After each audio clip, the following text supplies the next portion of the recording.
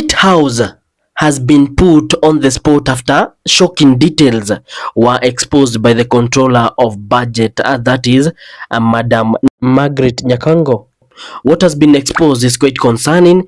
It has sent Kenyans. It has made Kenyans start asking a lot of questions about how the president is telling them to tighten their belt, because we are living in tough economic times and everybody should bear with the situation. But what has just been exposed from State House shows something very different. Nikubaya.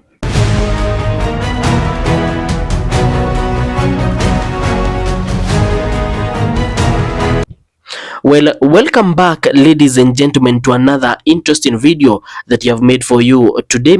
And for those who will know the specific day, today is the 3rd of September, Wednesday, 2025. It's no more a new month. The days are going very fast. The days are running, and if we don't get into the track, we are going to just wake up one day and find out that the month is over, the year is over. Like, days are going very fast. So if they start thinking that you have been wanting to try, wanting to start or to experiment, then yesterday was the day to do that. But know that the second most best time to do that is today. So let us get into the culture of executing things, doing this, trying new stuff without postponing, because time is not on our side. So thank you, ladies and gentlemen, and welcome to today's update, which is quite very important for all of us to understand what is actually happening, because some details which were revealed from State House has made me personally ask myself a lot of questions as a Kenyan. And not only me, I believe also other Kenyans are very concerned about this particular thing which has been revealed. And when you hear about it, I would like to hear your thoughts and opinions at the end of the video. So what is this that has been revealed?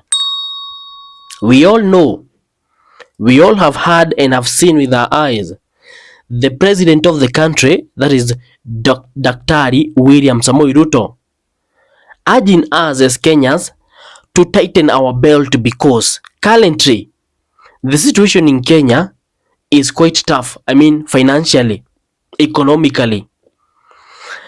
Not one time, but multiple times, the president himself has revealed that we are living in tough economic times, and we need to make some hard decisions which are going to help us in the near future.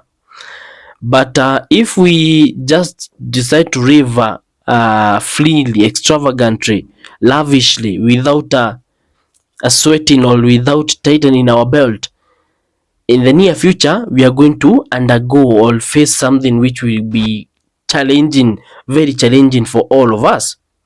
So what this means is, people for the meantime have to pay high taxes, have to buy products at high prices for them to enjoy the coming years. That's what the president has always been saying, that he is making tough and difficult decisions so that in the near future Kenyans are going to enjoy what they have been going through. If you are taxed more today, in the near future you are going to see where your taxes have been going. That's what basically the president has been telling Kenyans. But now, the fact that it is expected that not only ordinary Kenyans should be tightening their belt, but also all the other people, including the president himself, should be tightening their belt. There is one time when the president actually said that he himself was had decided that I don't know if it was his salary or what, that it was going to be reduced, or maybe the budgets for State House and the budget for the office of the president, they were going to be reduced for him to also just play the part of tightening the belt. Like what he was saying is, ili pia yeye aonekane kwamba anaungana na Wakenya, ameamua pia kupunguza budget ya ofisi yake of the president, budget ya traveling maybe out of the country, na hiyo ilikuwa tu ni just so that not only ordinary Kenyans are tightening their belt, lakini hata also other top government leaders. But there is something which has been revealed today by the controller of budget, and this thing has made Kenyans ask themselves a lot of questions, because the situation on the ground is quite different than what has been always been said across different social media platforms, across different meetings, and you will be shocked, ladies and gentlemen. So make sure you stay with me to the end. If this is your first time watching a video from this channel, this is home. Feel welcomed. I urge that you join our community by doing 3 simple things which will cost you only less than 5 seconds. Number 1, join our community by doing these 3 things. Number 1, click the subscribe button. That's only 1 second. Just click. Thank you. Number 2, give this video a thumbs up, yani like button. Only 1 second. Number 3, click the notification icon on. That will assist next time when we upload a new video. YouTube will automatically notify you that we have put up a new update and you can be the first one to watch it. Thank you to everybody who has done that. And last but not least, from whichever place you're watching this video from, in Kenya, outside Kenya, comment down below. If you're in Kenya, where specifically in Kenya are you watching this video from? My people from Rima, Kenya, others from Western Nyanza, just comment down there which country you are coming from. And to our brothers and sisters who are watching from out of the country, how is the situation out there? How are you doing? Also tell us which country you're watching from. It will be a pleasure to talk and chat with you. Thank you, and let us continue with the update. So I'll be sharing my screen with you soon, but just to finish on my introduction, I want to reveal that the amount which you are going to hear is quite incredible. The amount of money which you are going to hear that State House has been spending on a daily basis will shock you. And these details are, let's say, credible details because they are from the controller of budget. This is a person who controls the budget. Aya, let me start by doing by sharing my screen with you. Let me start by sharing my screen with you. I hope you can see. And there's this guy called Mo. He has just commented. And on the things which he has written there, it reads, State House spent shillings 3.6 billion in 42 days from May 14th to June 24th on travel, fuel, and meetings. That's according to controller of budget. Can you imagine? 3.6 billion. Yeah, let us continue. In another tweet, he commented and said, President William Ruto's office spends shillings 2 million daily on printing and shillings 1 billion on advisors in the last financial year, and a new report shows. This raises fresh concerns over misuse of public funds. We are going to get into that. Let us finish first. That is the first person who I've seen to have commented on this particular topic. This is NTV Kenya, one of the top media stations here in Kenya. So it reads, State House withdrew shillings 3.6 billion for travel meetings in 42 days. So details show that State House withdrew. To withdraw is the act of maybe getting the money out of where it's kept to where it's needed. So State House withdrew 3.6 billion for travel expenses and meetings for only 42 days. Let us continue. This is Citizen TV Kenya. A new report reveals Ruto's office spent cash 2 million per day on printing services and 1 billion on advisors. What does this mean? I want us now to go all through what we have said by going through this particular paragraph. Ruto's office wastes billions and amid Kenya's budget crisis. So, Kenya's State House under President William Ruto is under fire for extravagant spending in the 2024-2025 financial year.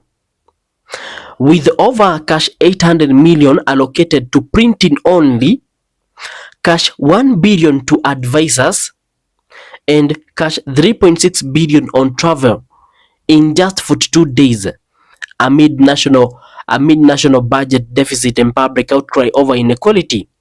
A report from Controller Margaret Nyakongo highlights this waste contrasting it with shortages in education and healthcare, fueling calls for fiscal accountability and reforms. There's a person who might not have understood all the English that is being said there, but this is very simple to understand, and I'll tell you why. This just exposes and reveals how wasteful our government is, how wasteful our leaders are being, how wasteful the executive is. For a country that is currently undergoing budget deficits, budget crisis, every time we read a budget, they just come up with a way that we need to borrow this money and this money for it to fill this gap. For a country that is undergoing financial difficulties, economic downfall, some things are actually unbelievable. During the financial year 2024-2025, the office, the State House under President William Ruto is said to have spent over cash 800 million to printing, only printing, ile kutoa makaratasi kwa photocopy machine, hiyo printing 800 million for 1 year. You all know that an year has 365 days, so 800 million, it means there's 2 point something. Let's just put it to a rounded figure, 2 million. State House spends 2 million shillings on printing. Ile printer we ukienda huko nje, tuseme if ni photocopy unatoa na 10 bob, if ni unataka kitu ikuwe printed maybe it's 50 bob. For State House in a single day, 2 million. Now, I don't know if you believe this, but this kinda over the board, because for 2 million shillings to be spent in a day in printing, you might ask yourself, you must ask yourself, what is this that is being printed? How much quantity? How many papers are being printed? Because this is a lot of money. 2 million is a lot. Huh? Yeah. Also, on advisors alone, 1 billion. 1 billion was allocated for advisors alone. Advisors of the president. Can you imagine 1 billion? Yeah. Let's continue. In 42 days, that's a month, almost a month and a half, State House withdrew 3.6 billion, which were used for traveling, meetings, fueling of the president, things like that. 3.6 billion for traveling alone. I don't know if you get the magnitude of whatever we are talking about. These are huge sums of money. And for a country which the president is telling us to tighten our belts, to pay taxes, then you hear things like this being revealed. Even the controller of budget has decided to expose this because he doesn't know where this money is going. And there are people who might end up saying, Why then did the controller of budget in the budget committee end up maybe giving all of this money to the government while they all knew this is a lot? Well, there's an article, there's a bill. Is it a bill or an article that says you just have to? It's an article under the constitution which says you need to give this money to State House. So the controller of budget has revealed that the treasury released the billions between May 14th and June 24th, 2025, just 6 days to end of the financial year.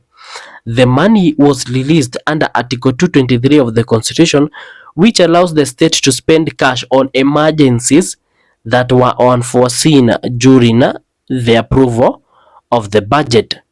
So there is an article under the Constitution, Article 223 of the Constitution. It allows for State House to spend money on emergencies. So when State House goes to ask for money, they won't go ask, what is it for? Okay, they might ask, but they have a right to be given the money because you may never know if it's an emergency. But now, at the end of the day, we are going to sit down and try to find out, where did this amount go? Where did this go? And that's when now people are realizing that these numbers don't add up. There's no way 2 million Kenya shillings can be spent on printing alone. It doesn't add up that 3.6 billion was spent in 42 days just for traveling, for meetings, for fueling. And this has angered a lot of people. This has made a lot of people less stressed. And considering that a lot of people nowadays, even having 2 meals a day is a challenge. You're still being taxed. You wonder, how come things like this are happening while the most important sectors are failing? Teachers are threatening that that term they might have to strike because if capitation is not issued on the right time, it will lead to challenges which might force them to close schools early than it should be. School, can you imagine school capitation, which helps in feeding the students, paying for maybe salaries and things like that, learning of the institutions? Things like those are taking months to be released, but for State House, things are going just even overboard. Go to healthcare. There are some serious and most important sectors which should be funded heavily, but they are not. It's a very sometimes we might get very angry because of what we experience here in Kenya, but it's just the situation. I hope one day things are going to get better, but for the meantime, that's what is actually happening. So thank you for watching this video. I'd like to hear your thoughts and opinions on whatever topic we have spoken about. Kindly, before you leave, make sure to join our community by doing the 3 things which I mentioned earlier. Number 1, clicking the thumbs up button. Number 2, clicking the notification icon on, and lastly, which is the most important, subscribing to this YouTube channel. Bye bye.